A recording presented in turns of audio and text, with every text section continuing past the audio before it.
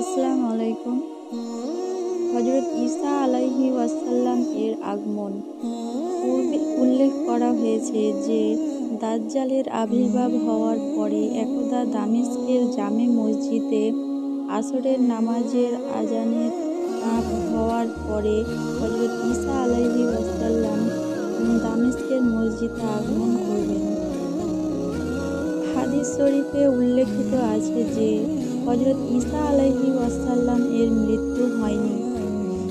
ইয়াহুদীগণ যখন তার উপরে অমানুষিক ও অকথ্য অত্যাচার আরম্ভ করে দিয়েছিল, তখন পরম করুণাময় আল্লাহ তাআলা তাকে ইয়াহুদীদের অত্যাচারের হাতে রক্ষা করার জন্য ফেরেশতাদের সাহায্যে আসমানে উঠিয়ে নিয়েছেন এবং বর্তমানে তিনি চতুর্থ আসমানে অবস্থান করেছেন। দুনিয়ার বুকে যখন দাজ্জালের অত্যাচার চরমে উঠবে, তখন আল্লাহ তাআলা আবার হযরত ঈসা আলাইহি ওয়াসাল্লামকে দুনিয়ায় পাঠিয়ে দেবেন দাজ্জালকে হত্যা করার জন্য।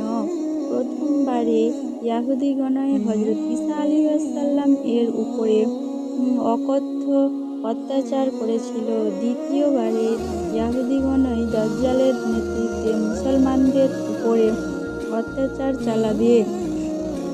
দাজ্জাল নিজেও ইহুদি বংশ সম্ভূত এবং তার সহচর অনুচর সবাই হবে ইহুদি। হযরত ঈসা আলাইহি ওয়াসাল্লাম এর হাতেই দাজ্জালের মৃত্যু লিখিত আছে, কাজেই তিনি ব্যতীত অন্য কেউই দাজ্জালকে বধ করতে পারবে না। হযরত ঈসা আলাইহিস সালাম দামেস্কের মসজিদে অবতরণ করে হযরত ইমাম মেহেদীর সহিত মুসাফা করবেন। অতঃপর ইমাম মেহেদী তাকে নামাজের ইমামতি করতে অনুরোধ করবেন, কিন্তু হযরত ঈসা আলাইহিস সালাম তাহাতে অসম্মতি জানিয়ে বলবেন, না, আমার জামানায় জামাতে নামাজ পড়ার বিধান ছিল না। আমি কোনোদিন কোনো জামাতের ইমামতি করিনি। একমাত্র দ্বীনের মুহাম্মদীতেই জামাতে নামাজ পড়ার ও জামাতে ইমামতি করার বিধান আছে। সুতরাং আপনি ইমামতি করুন। অতঃপর হযরত ইমাম মেহেদী ইমামতি করবেন এবং হযরত ঈসা আলাইহিস সালাম তার পেছনে মুক্তাদি হয়ে আসরের নামাজ পড়বেন। ততপর ইমাম মেহেদী দাজ্জালের আবির্ভাব ও মুসলমানদের উপর তার অমানুষিক অত্যাচার সম্বন্ধে আলাপ আলোচনা করবেন। হযরত ঈসা আলাইহিস সালাম বলবেন, আমি তো দাজ্জালকে বধ করার জন্য এসেছি, সুতরাং সেজন্য আপনাকে কোনো চিন্তা করতে হবে না।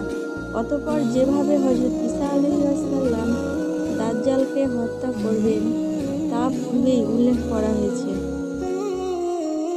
দাজ্জালের মৃত্যুর পর হযরত ঈসা আলাইহিস সালাম ও হযরত ইমাম মেহেদী একত্রে দাজ্জালের অত্যাচারিত দেশসমূহে ভ্রমণ করে সর্বশান্তি স্থাপন ও শাসন শৃঙ্খলা বিধান করবেন। তারা উভয়েই দেশের ইহুদি খ্রিস্টানদিগকে ইসলাম ধর্মে দীক্ষা গ্রহণের জন্য আহ্বান করবেন।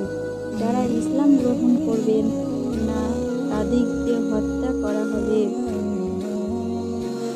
ফলে তখন দুনিয়ার বুকে আর একজন অমুসলমানও